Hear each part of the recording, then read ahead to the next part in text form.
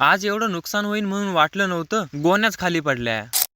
आता खूपच काम असतंय, मग म्हणलं चला थोडी एनर्जी आणू. आलो नारळाच्या झाडाकडे आणि नारळ पाडला, लगेच फोडला आणि पाणी पण पिऊन घेतलं. मग निघालो शेताकडे, कारण आज पण आपल्या फ्लावरची हार्वेस्टिंग चालू आहे आणि आजची सगळ्यात मोठी हार्वेस्टिंग असेल. मग मी दुकानात जाऊन 200 गोण्या घेऊन आलो. गोण्या घेऊन येईपर्यंत अर्ध शेत कंप्लीट झालतं. मग 1-2 तासामध्ये सगळं काम झालं. गोण्या भरून पण झालत्या आणि लगेच ट्रॅक्टर बोलून गोण्या लोड पण केल्या. पण काय झालं काय ट्रॅक्टर वाल्याकडून गोण्याच पडल्या. मग तो ट्रॅक्टर तिथंच उभा करून दुसरा ट्रॅक्टर बोलवला आणि बाकीचा माल त्यात भरून बाहेर काढला. आणि सगळं काम झाल्यावर पहिल्या ट्रॅक्टर कडे आलो, तुटलेल्या गोण्या शिवल्या आणि पुन्हा लोड केल्या. पण एका गोणीला जागाच नव्हती. मग मीच खांद्यावर घेतली आणि दुसऱ्या ट्रॅक्टर पाशी आणून उभी केली. मग नंतर ट्रक पण आला आणि एक ट्रॅक्टर त्यात खाली पण केला. मग दुसरा ट्रॅक्टर पण खाली करायचा होता, तो पण खाली करून टाकला आणि गाडी घेऊन घरी आलो. फ्रेश होऊन कपडे वगैरे बदलले आणि गाडी घेऊन परत त्या ट्रक मागे निघालो मार्केटला. पण रस्त्यामध्ये अक्षय दिसला, मग वळालो त्याच्याकडे. त्याच्यासोबत आपला क्लासमेट मित्र पण होता, त्यांनी नवीन गाडी घेतली. मग त्याला म्हणलं तू उतर खाली, मला बघू दे चालून कशी वाटते. मग मस्त एक चक्कर मारून आलो. तर ही गाडी आपल्याला सूट होते का नाही कमेंट मध्ये नक्की सांगा. जास्त टाइमपास न करता मी अक्षय डायरेक्ट मार्केटला आलो. इथं आपल्या फ्लावरच्या ट्रकचं पॉवर काट्यावरती वजन करायचं होतं. मग काय ते सगळं काम आवरून घेतलं आणि बाकीचे काय काम होते ते सगळे करून घरी आलो. आणि अशीच इंटरेस्टिंग ब्लॉग रोज बघण्यासाठी लाईक, सबस्क्राईब, फॉलो नक्की करा.